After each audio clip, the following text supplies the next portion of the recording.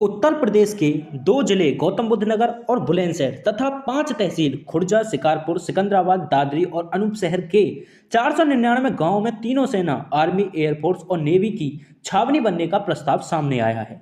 कब से होगा भूमि अधिग्रहण का काम? पूरी खबर जानने के लिए वीडियो को बिना स्किप किए हुए देखना है, ताकि पूरी खबर आपके समझ में आ सके और आपको पता लग सके क्या है पूरी खबर। तो नमस्कार दोस्तों, मैं बुलंदशहर से आपका भाई विशाल स्वागत करता हूं आपका अपने चैनल में।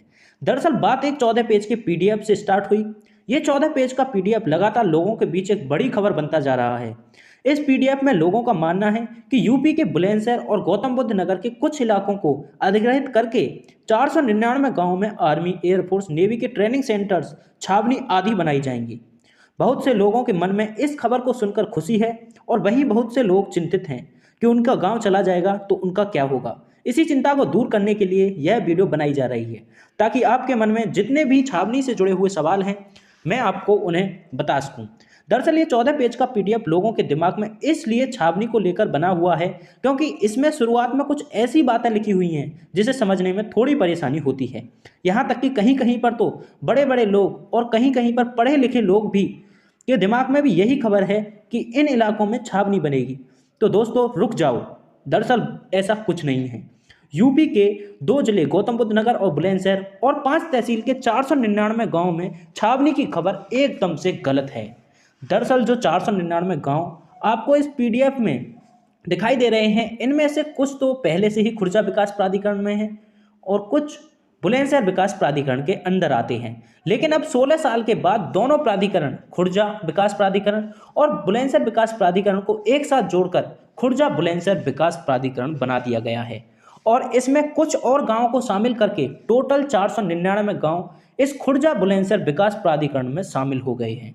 और जो लोग इस खबर को छावनी बता रहे हैं वो छावनी नहीं, पीडीएफ में साफ लिखा हुआ है कि तीनों सेनाओं तथा पट्टे की सरकारी जमीन जो भी इस इलाके में आती है उन्हें छोड़कर बाकी 499 गांव खुर्जा, बुलंदशहर, शिकारपुर, सिकंदराबाद, दादरी, अनूपशहर और गौतम बुद्ध नगर में आते हैं, उन पर विकास कार्य किया जाएगा, जैसे सड़क, पानी, नालियां, sewer, pipeline, plot scheme, green belt आदि योजना इन इलाकों में लाई जाएंगी, ताकि इन इलाकों की खूबसूरती बढ़ सके और विकास को रफ्तार मिले, इन गाँव में सरकारी योजनाओं का फायदा मिले। अब मैं आपको पीडीएफ में लिखी बातों को पढ़कर आसान भाषा में समझाता हूँ। तो देखिए, यहाँ पर लिखा हुआ है बुलंदशहर खुर्जा विकास क्षेत्र, नगरीय क्षेत्र, छावनी क्षेत्र और नौसेना, थल सेना और वायुसेना प्राधिकारी के प्रयोजनार्थ केंद्रीय सरकार के स्वामित्वाधीन या उसके द्वारा अधिग्रहित या पट्टे पर ली गई भूमि को छोड़कर, देखिए यहाँ पर साफ लिखा है कि इन जमीन, नौसेना, थल सेना और वायुसेना के जो प्राधिकारी के प्रयोजनार्थ जो भी जमीन आती है